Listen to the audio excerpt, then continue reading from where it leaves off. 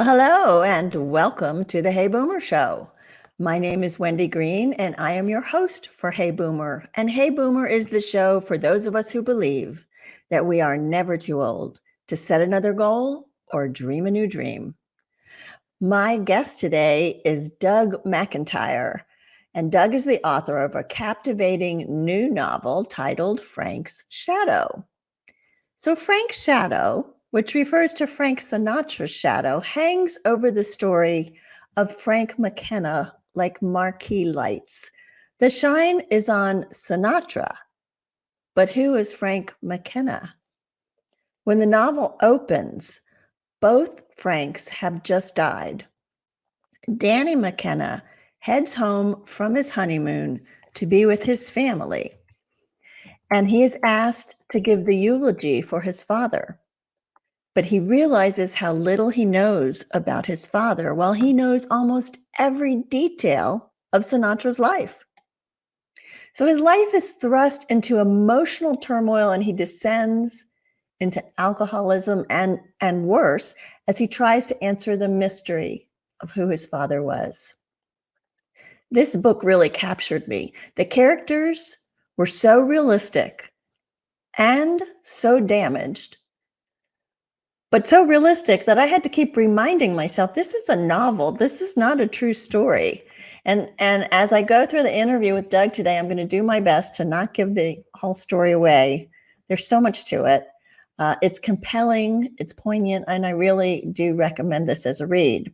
So take a moment now, text your friends, tell them to join us live so they can be in on the conversation. And if they can't join us live, encourage them to listen to the podcast later, which will be available by tomorrow. But before I introduce Doug, I do want to thank our sponsor, Rhodes Scholar. Rhodes Scholar is the not-for-profit leader in educational travel for boomers and beyond. And if you would like to check them out and see what the trips are that are available to you, you can go to ROAD scholar.org/heyboomer. And please put the Hey Boomer there so they know you heard about it on this show. I also am trying to put together a women's trip with Rhodes Scholar for this summer.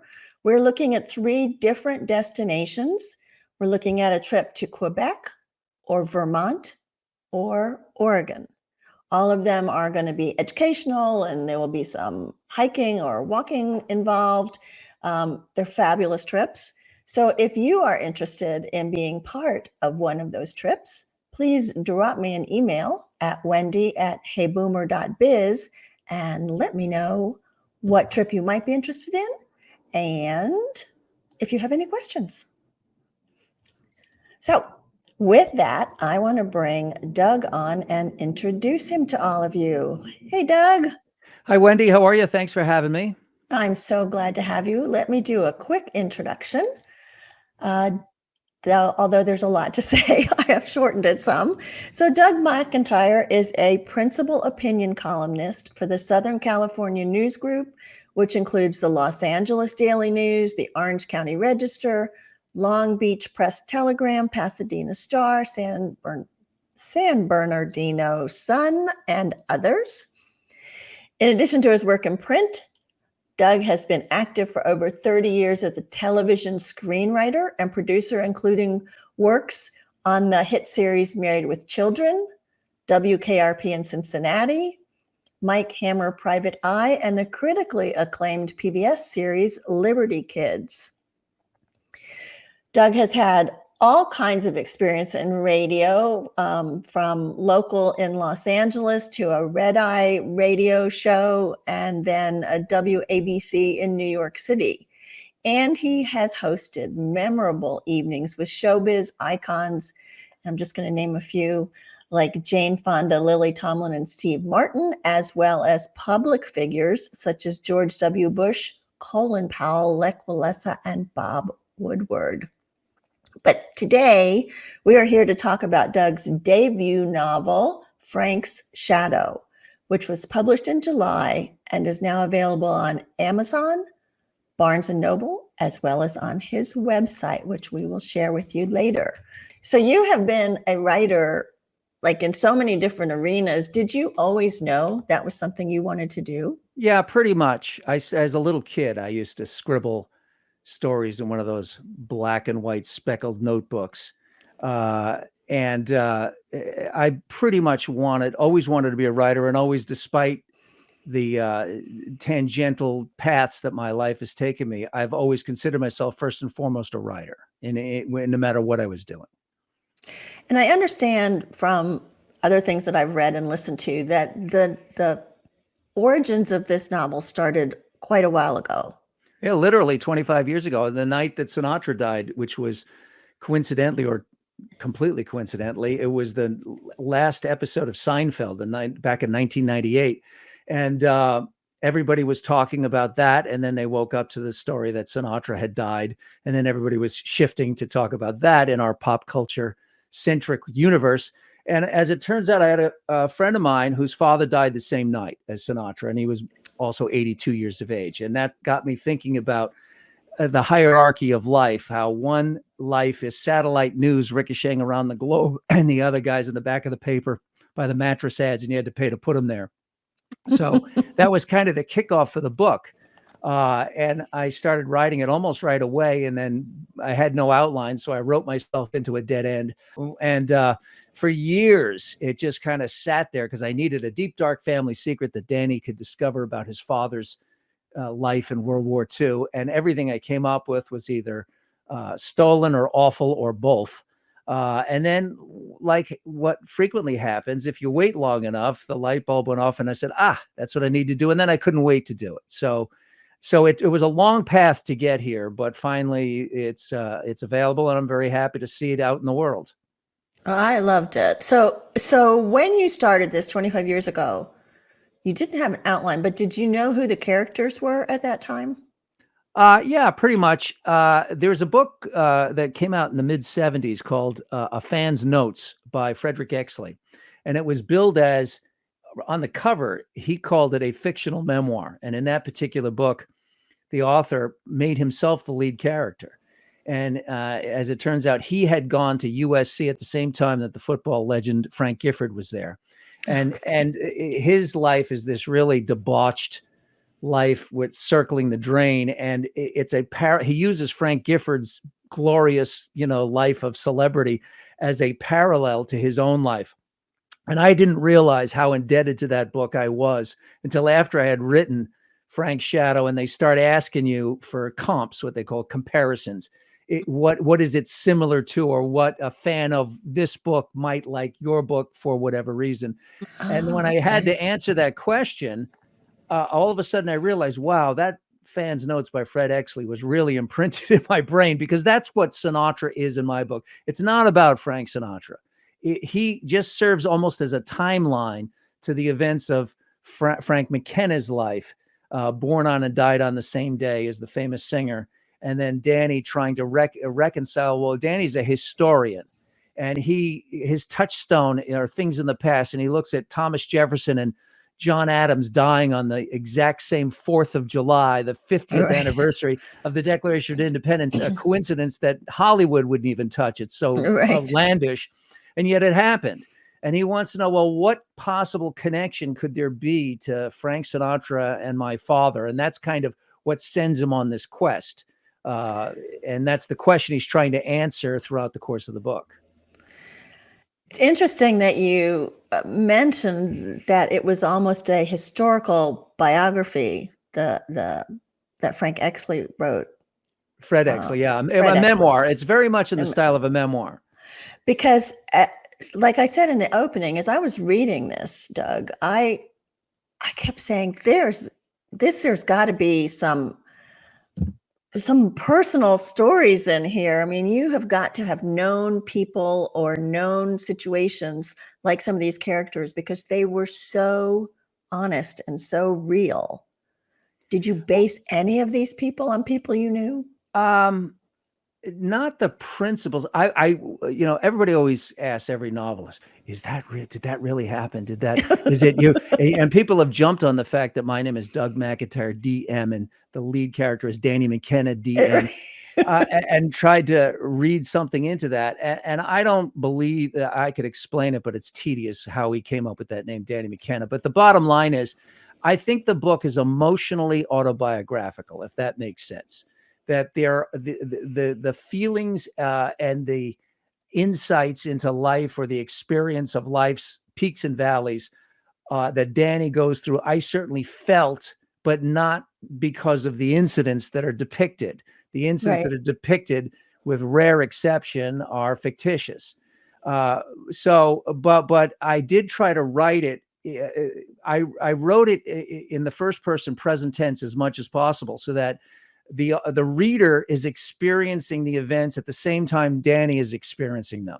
And what I like about that as a technique is I think it gives it a propulsion and energy to the story. And, I like the idea that the protagonist is as surprised at what's happening, at both the situations he finds himself in and the consequences that he has to dig out of, as the reader does. I do think that gives it an almost a more of a memoir feel to it than if you had an omniscient narrator just Yeah. telling the story. Yeah, it does. And I'm glad to hear that some of the events that happened in the book were Oh not yeah, I based on. am too. They're pretty awful, some of them. No, some of them are really terrible, and it's like, Yeah. I must warn people too that, and I mean, actually, it's a reward, is that this is a story of a recovery, It of is. forgiveness. Absolutely. So while it goes to very dark places, as life frequently can take people, maybe in this case, you would hope life would never get this dark, but it's a story about somebody who's trying to heal, and trying Yeah. to heal himself and his relationship with his family. Right. And most of the poison comes from keeping secrets from each other, and that's why The Secret was so important for me in this book. And we are back, but not from a commercial break. We are back from a failed internet.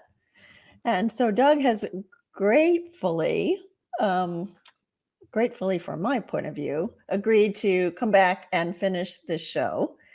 And I don't know if you remember where we were, Doug, when it dropped, but you were actually talking about The Secret, which was kind of funny, the timing. And you said, to quote you, you said, "That is why The Secret was so important, to have something that would justify," and then you were gone.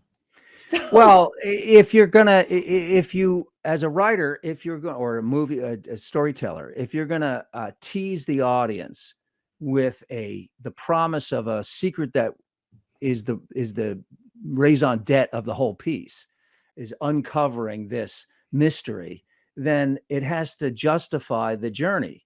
Otherwise, it's going to be a very unsatisfying experience for the reader. And what held me up was, as I mentioned, for a very long period of time, I just couldn't come up with anything that I enjoyed, that I thought would be worthy of the reader's time to go through a novel to get. And then once I did, then I couldn't wait to get back to the story. So I just think that in general, you can't set an impossible standard, because basically, let's face it, there have been millions and millions and millions of stories told over the centuries at this point in all mediums. So the chances of you coming up with a wholly unique, never unprecedented story are pretty, astronomical. yeah. But if you find something that entertains you, that you say, "Oh, that surprised me," then the chances are it will surprise other people, and then the uniqueness will come from the way your characters react to it, because your characters are unique. Right. If you have created, three-dimensional characters, then like every human being is a fingerprint. They're not quite the same, so there will be uniqueness automatically attached to that secret. Yeah. And the secrets go throughout. Like, you started to talk about the poison of the secrets. Oh, And yes. In interpersonal relations, my book is really, it's about a lot of things, but family and the dynamic of families is a big theme of the book. The McKenna family is a loving family, but they've got problems like most families do. We have those, Sears Roebuck family portraits where everybody Right. is, and nobody's burping or farting at the Thanksgiving dinner table and doing all those things that happen in real What? life. I don't know what family you're talking about. But this is what I discovered is that right behind, I mentioned to you off the air that my role model for my inspirational life was a guy named Gene Shepherd, who was on the radio in New York for many, many years. And most people know from A Christmas Story, which he wrote and narrated. But he said one time, when I was 9, I didn't have secrets. I was a secret. And I think Oh, that most kids have they're living their lives in secret. They have to follow all the rules that school says and the parents say it's bedtime and you got to eat your vegetables. But their thoughts at a certain age, certainly when puberty starts to hit, they don't tell their parents anything about themselves if they can possibly hide it. And the odd thing is that their parents are doing the exact same thing to us.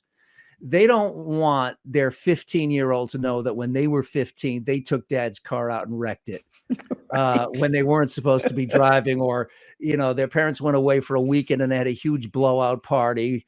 But so because they want to be role models for their kids.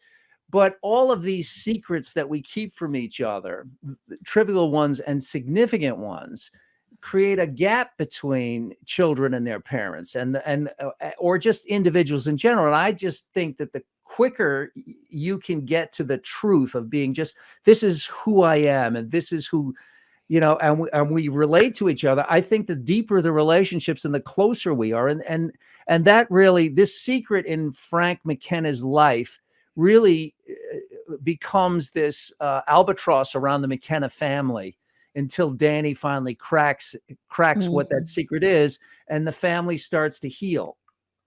Yeah. Yeah. It was amazing. And it was interesting. I was talking to some girlfriends about the story about, that we don't know all about our parents. And that's a lot of what this story is about, trying to find that out. And they said, well, I don't think I want my kids to know Yeah. Well, some of my past. and by the way, they don't have to know everything. I'm just saying that, but in some cases, I do think that we rob our kids. What happens is, for a lot of kids, they have to recognize their parents are superheroes. They are the center of the universe. And then at some point you got to realize, hey, they're just trying to do this too. I mean, That's right. and I think for a lot of people, especially in the therapeutic age, they go to their graves still grinding axes against their parents for some, slight somewhere along the line. And look, if there's actual abuse, I understand that. But I'm talking about just sort of clinging to neurotic, security blankets that enable adults, people in their 40s, 50s, and 60s are still angry about something that their mom or dad did 35 years ago. It's like, your mom and dad were in their 40s. They were just trying to figure it out too, while paying the mortgage, et cetera, et cetera. Exactly. So in this story, Danny is the main guy, Danny McKenna, and he is pretty damaged. Yeah. Did you initially, when you came up with the background of the story or the outline of the story, did you imagine Danny being as damaged as he was?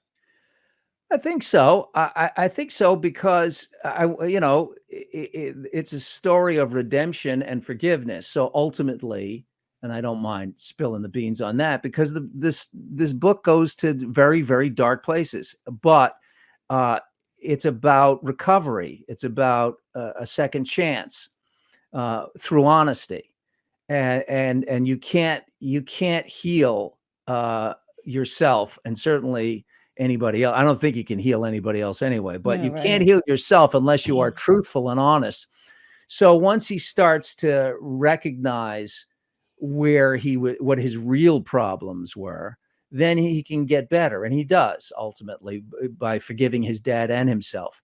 But yeah, I think that I always thought that it would be, he would be a dark character, but I also thought that it would have a light ending. It would have a satisfying ending, but he has to earn it. I mean, that's a challenge, because not every redemptive story, a lot of times you could read a story of redemption and say, well, they didn't earn redemption, you know. Then I find Mm-hmm. that as a reader or somebody who watches a movie or something and say, well, they did nothing to merit redemption.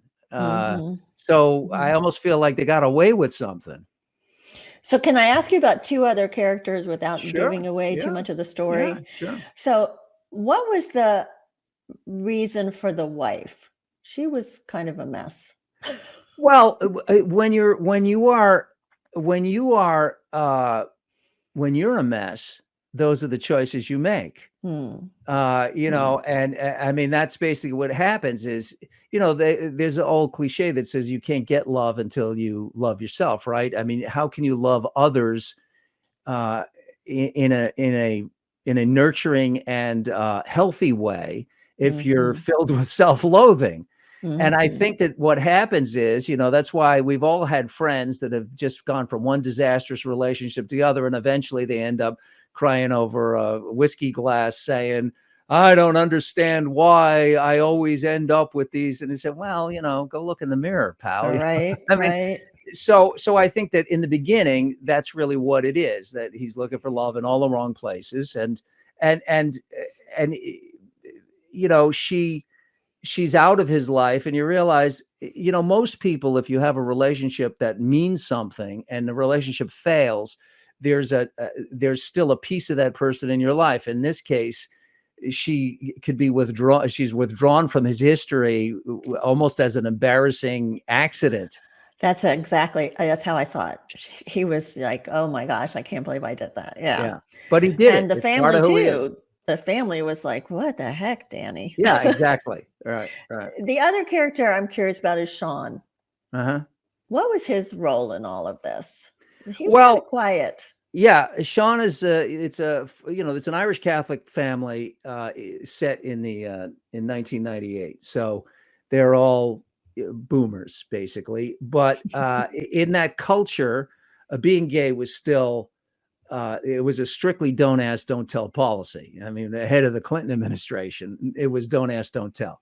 And everybody in the family knew that the brother Sean was gay, but it was just the unspoken. And then that's the key thing that the inappropriate first wife brings. She just blurts it out as the outsider. Yeah. And there it is. Now it's on the table to be dealt with. But even that secret only gets dealt with honestly after Danny uncovers his father's secret and deals with his own troubles. And now there's no more pretense for you know. I had and this is based on, I had a cousin. He actually wasn't a cousin. We called him cousins, but he was the son of neighbors of my aunt and uncle, and he's gay. He's been gay his whole life, and You're yet, born gay. Yeah. yeah, he's gay his whole life, Right. and everybody knew it. Everybody knew he's gay. He was 52 years old, and you know, coming back from the Midwest with his roommate, you Yeah. know, and no one would ever just say, "Hey." Yeah. You know, so, and I just think that there were a lot of families, especially at that time in that culture, that treated these issues this way. And it's just another example of, it's a family that's got secrets. They keep secrets from each other. And once they're uncovered, you realize it wouldn't make any difference, Yeah. you know? Yeah. It's a secret that probably couldn't have been uncovered though until Frank McKenna had Yeah. passed. Once Danny in particular realizes, why are we doing this? You know, Yeah. he missed out basically on all those years of a relationship with his brother that could have been uh, more fulfilling for Right. everybody. Yeah. And as part of the quote unquote happy ending, he actually becomes friends with his brother, who was a mystery through his whole life. His whole life. Yeah. Yeah. So I want to talk about what's going on now in the world with war Mhm. and not give away the story, but some of the moral and ethical dilemmas that are faced by all of your characters and by Frank McKenna are playing out right as we are sitting here. And I'm wondering what you think about what's going on and how people face war with all of this stuff going on. Well, Frank McKenna is a World War II veteran, and the book has a big passage of his experience in that unbelievable time. And Studs Terkel wrote a book called The Good War, about the great quote unquote the greatest generation, and and it's an oxymoron, of course. That may have been a necessary war in the sense that the evil that was unleashed in the world had to be exterminated. There's no question about it. But look at the moral ambiguities and contradictions that were made during World War II. We allied with Joseph Stalin, who killed more people than Hitler did, in order to defeat Hitler. So the atomic bomb brought an end to that war, but it created a whole other moral dilemma, which of course they just covered rather well in Oppenheimer. So the idea, what's going on right now, obviously, with the Israeli Hamas situation in Gaza, is an unbelievable atrocity. I mean, the attack in Israel was unspeakable, and by any measure, the reprisals and the answer to that may be necessary, but let's not kid ourselves that there's any such thing as humanitarian warfare. There just isn't. It's mechanized murder. It's organized homicide, and that's just what it is. I maybe at some point, look, I do know, Wendy, I do not have the answer to this. At some point, maybe we will evolve to some higher plane where you can, a nation state or even individuals can suffer some kind of egregious attack or assault in some way, and we don't respond to it with greater force. Gandhi tried it. He got shot. All right. Martin Luther King preached tried it. And, right. The track record of turning the other cheek is not great in terms of in the face of violence. So without getting into the politics of it, what it baffles me is trying to figure out what the objective was on the part of Hamas when it was so obvious that the response would be a massive military. I mean, how the Israeli government, no government could take that hit and not respond, period. Right. The bigger issue there also, though, is that, and this is something that in the postmortem, maybe we'll get to the higher place, is that the rage is loose in the world, and it's here at home. We see it in the polarization on every issue, everything, minutia. People are angry about everything, and all around the globe, you're seeing this. It's a very turbulent time in history, and it's usually the result of unaddressed hurts. When people are wounded in some way, either physically or spiritually or economically, and they try to get redress of this legitimate grievance, and the systems turn them down or shun them, then that can metastasize into something very violent. Or they'll seek out a leader that you don't necessarily, the choice may be worse. So, I mean, that's just what history teaches, that this has happened over and over and over again. Well, and I think the interesting thing about Frank in this book was you brought it down to the individual level. The governments wage war or terrorist groups wage war, but individuals are the ones that have to fight it and suffer from it and be impacted by it. And the way that impacted Frank, your character, was significant and was part of the secret and was very powerful. It was very powerful. So I appreciated the way you did that. Well, thanks. I can't, I have in the acknowledgement, I think, a friend of mine who was in the first Gulf War, in the Iraq War, and he had an incident in his unit. And I spoke to him about that extensively to try to get an understanding of how soldiers react to these. I mean, you take somebody from civilian life, from their life, especially in World War II, where it was a draft, or Vietnam, any place where you get drafted and you're plucked out of suburbia or whatever your life is, and you're dropped into this totally surreal and inhuman environment. And the other thing too is there's only 14% of the millions of American soldiers in World War II actually were in combat. I mean, Is that that's the right? other. Yeah, it's a tiny percentage who ever see Huh. bullets. Most are filling out paperwork. There's a lot of people in the rear with the gear. There's a lot of people stateside who are putting things on trucks that go to ships that get put on. So on top of everything else, if you're one of the people that ends up in a rifle company in the Battle of the Bulge, yeah, there's a lot of people involved in that, but there's a lot of people not, and there's a lot more that aren't involved in that. I didn't know that. Huh. I want to switch gears for a moment because you have written for so many TV shows, successful shows, and I wanted to ask you about the writer's strike. Okay. One of the concerns that I understand about the writer's strike was the fear of losing jobs to artificial intelligence. Right.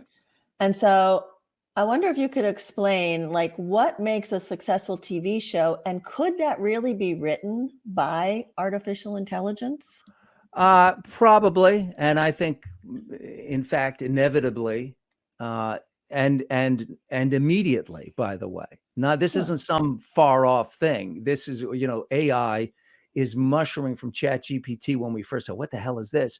It's like Google in 1998, which goes back to Frank Shadow. That when I was writing this book in 1998, I realized Google was not in our lives in 1998. So when Danny McKenna goes out to find out his father's secret, he has to go to libraries. He has to go to Right. Ellis Island. You can't just go on your phone. It's such a part of our lives now. We don't even think about it, but it's a whole other world. And AI is growing as fast as Google did. It never takes 1 microsecond off. It's sweeping up data. And as a strike issue for the writers, what their objection was that the writing that AI will do is stolen from people who have already written. That's all it's doing, is sweeping up scripts and sweeping up novels and sweeping up poetry and sweeping up writing, so that when somebody makes a request to do write a script for a Marvel movie, then what it's doing is it's basically just stealing the work that was done by the writers on the earlier Marvel movies. Now, here's the thing. I don't know that I don't believe personally that you're going to be able to stop this. And the actors have an even bigger problem, because, what the studios were asking for was to digitize their bodies, their faces, and use it in perpetuity. People who work as extras in movies, that profession's gone. They'll just CGI them in. And, we need a fat guy, we need a skinny guy, we need a blonde woman, and they could just type it in and it'll be there in the background of the movies, and it can, and for forever.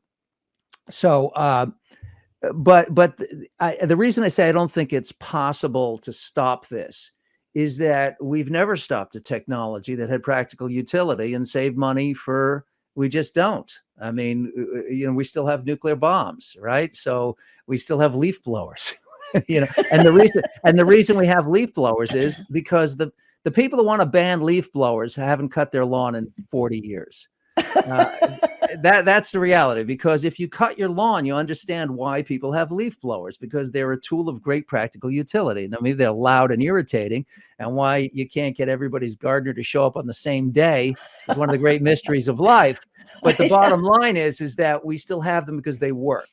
And so if AI can do these things, I don't see how you're ever going to stop it from happening. So do you think that Steve asked, do you think that the audience would be able to tell if a script was written by humans or AI? The audience doesn't know who wrote things.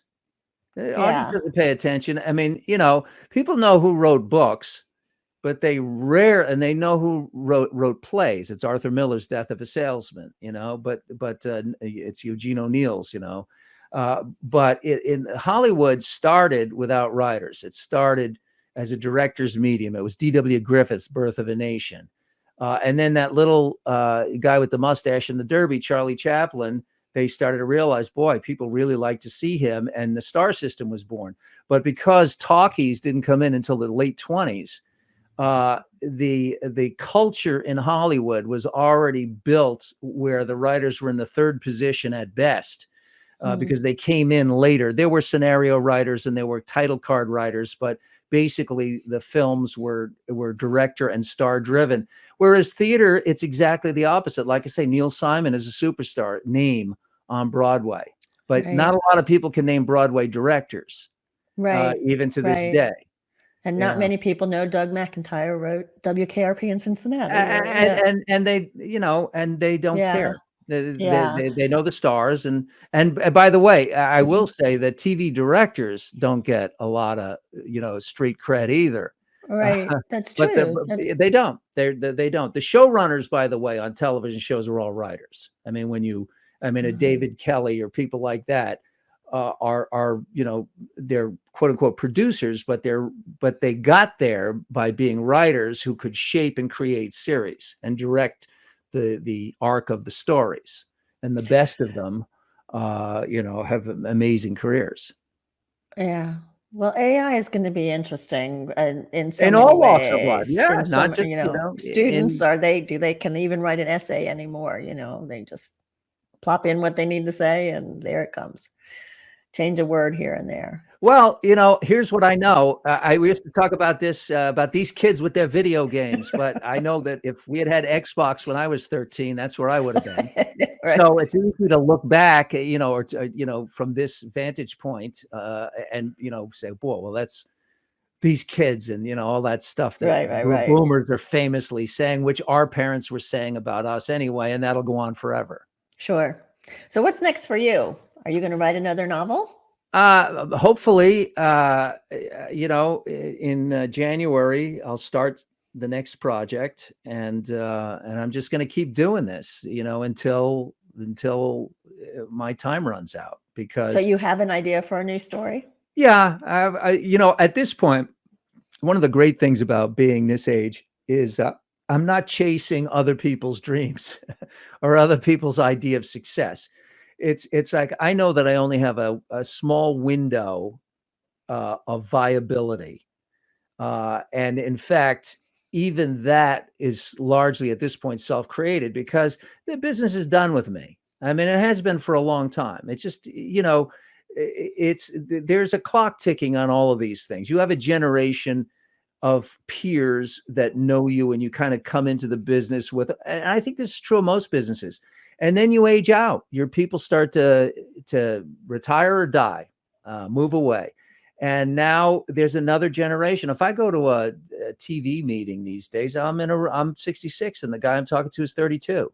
Mm-hmm. And frankly, I don't know his cultural references and he doesn't know mine. Mm-hmm. I mean, you can try to learn it, but people, and also as a general, people don't want to, when you've got a 35-year-old who's interviewing someone for a job and someone their dad's age comes in, and this is on us for a lot, because the older people tend to say, they start to say, well, when I was your age and this is how we used to do it. And it's like, they don't care. Right. It's like parents are trying to tell their kids to get offline and go out and look at the eclipse. Mm-hmm. And the kid is saying, why would I do that? I can see it through a Webb Space Telescope image right here, better than looking up to the back end of a shoebox with a pinhole in it. All the stuff that we were told to do or holding it, go look at the eclipse, but don't look at it. Turn your back to it and look at it. Yeah, you remember that? I remember that. Yeah. To try to tell a kid whose whole world has come with a charger. All right. To go play with blocks the way Abraham Lincoln played with blocks and Copernicus. I mean, it's just they don't understand what you're talking. It's not their world. It's just not their world. I mean, I think that our generation is really kind of a unique transitional generation because we had an analog childhood and a digital adulthood. Yeah. And I think we're going to be the last to have had that. And there's a lot of work trying to build some intergenerational bridges to, particularly between our generation and Gen Z, who is also very socially aware and, realizes that if they don't save the environment, there may not be a planet for them. And so there seems to be some synergy between the younger ones and the older ones in understanding how to do things, learning their language? They have a better chance of understanding us than we do of understanding them, because they will get older too. They will. And as they get older, then they'll start to realize, maybe they weren't totally crazy about some things. But it's going to be very difficult. It is very difficult for older people to understand the next generation, because the next generation's job is to change things. They just will. Whatever is, I mean, talk to a 16-year-old about the Beatles, because this sounds like heresy, but a lot of them say it's a boy band. Because it was a boy. Now, they were Yes, it was. brilliantly talented, but they were on the cover of Teen Beat, and they were a boy band. They were in sync, like I mean, brilliantly gifted. They had geniuses in the band, but also what they resent in having it shoved down their throats. They resent people saying the Beatles are the greatest band that ever was, period. And they said, Yeah, no, so don't say that. Well, but people Don't do say say that. it. Oh, But I people do know. say it. And the thing is, they resent it. They have their own tastes and their own Sure. likes. I mean, it's talk to, I asked on the 50th anniversary of JFK's assassination, I asked my kids, what JFK, what does he mean to you? And they said, a black and white president. Really?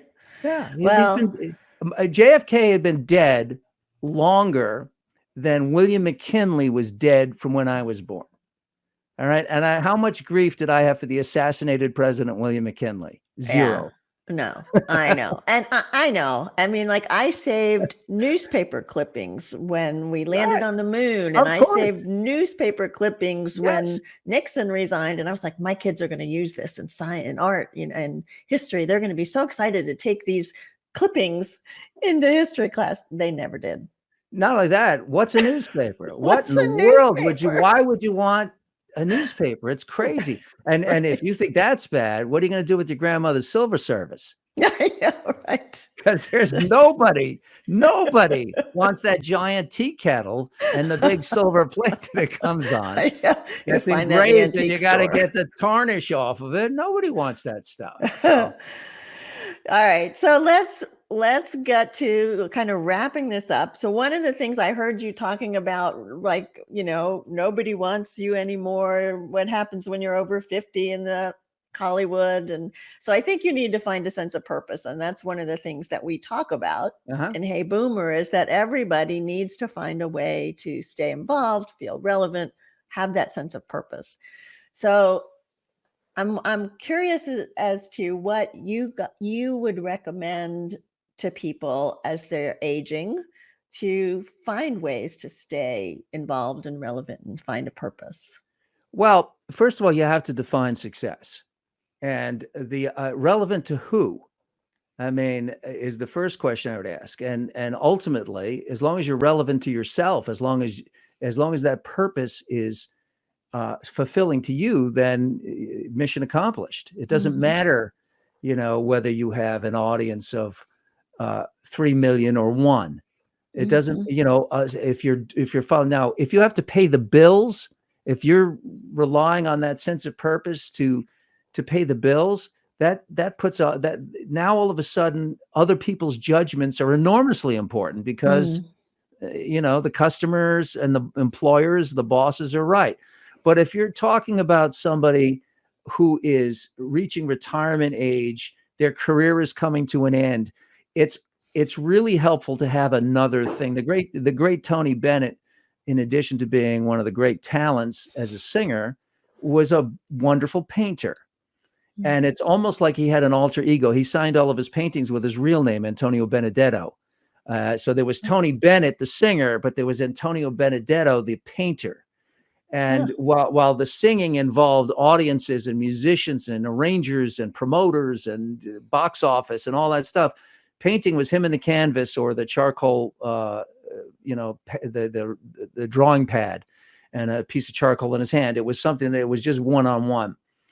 And I do think that if you have, for the people who are so consumed with their job that, or their family, even, because at some point the kids are going to leave the nest, and then what? So you really need to have life working at a couple of different planes. There's the A story and the B story, and maybe a C story.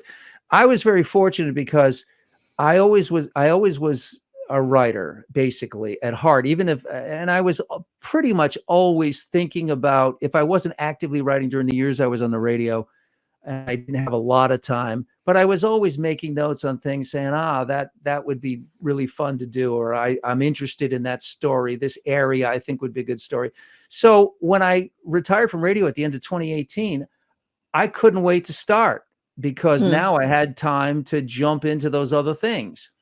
But if I had retired or just got fired, and a lot of people just get kicked to the curb one day, right. they get kicked to the curb, and they've never thought about what would they do if this goes away. That's right.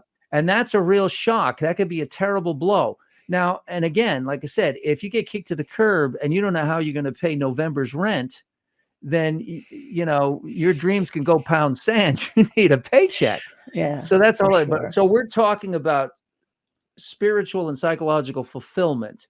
But eventually, unless you plan on dropping dead at work, and you plan on someday having retirement, being retired, then what is your vision for that? And if it's travel, if it's adventures, if it's playing pickleball, if that's what you want to do, all of those things can be, if that's what you want to do, then go for it. But plan for it. Yeah. Figure it out. Figure out, how am I going to travel? Do I have the resources to do that? Will I have the resources to do that? But if you still have other urges and itches that you want to scratch, then prioritize them and say, okay, my bucket list is definitely getting shorter, but it's getting shorter for two reasons. One, I'm dropping things that I once thought that I wanted to do, and now I realize I really don't have the time of the knees. Yeah. I've got arthritis in my feet, so Right. So you start to lose some things that you had in a younger day thought you had time to do. And then some of them are going away because I'm achieving them. Certainly the publication of Frank's Shadow was a biggie. Yes. Because for me, everything I've done is ephemeral. Radio, it's words flying through the air. No one's listening to old audio tracks from radio broadcasts. It's, people ask me occasionally, do you have? No, I don't have any of it. There were 100,000 hours over 25 years of yammering. I keep any of it. It's out there somewhere. Maybe or maybe not. But the thing is, books are, to me, are leaving a little piece of you behind. But and for me, that was important. I don't know why. Other people don't care. My father went to his great reward with leaving zero digital footprint, and he was perfectly satisfied. I always thought that it's much healthier. Those of us who covet fame need the approval of total strangers, and frequently achieve it at the expense of the people we actually live our lives with. So there's a lesson right there. There's your next book. Well, that's a big part of Danny McKenna's story, that he has this yearning for some kind of accolade, and he realizes that by the end he's walking through his own confetti. Yeah. Well, let me let people know where to find you. So you have your website, Doug McIntyre, McIntyre.com. Yeah, don't spell it like that heretic Reba McIntyre with that unnecessary E in there. Right. And you can find his book there, Frank's Shadow. You can also find it on Amazon and Barnes and Noble and wherever, right? Any place you find it. It's a great read. So do pick it up. Before we go, I always like to give a little teaser for who's coming up next week. And so next week, my guests are Chris Brown and Jill McCausland from something called Becoming Ellie. And so who is Ellie? Ellie is the Norse goddess of old age. And she was matched against Thor in a wrestling match. And much to his chagrin, she beat him. But Chris and Jill are friends, fellow podcasters, and their show is to encourage us to become fit and strong into our older years. So that's who I'll be talking to next week. I hope, next week, Monday, actually, since today's Thursday. I like to leave you all with the belief that we can live with curiosity, live with relevance as it means something to us, and live with courage. And remember that you are never too old to set another goal or dream a new dream. Thank you, Doug, for coming back and meeting with me again. Well, since I caused the problem, that's the least I could do. Well, have a great weekend. My name is Wendy Green, and this has been Hey Boomer.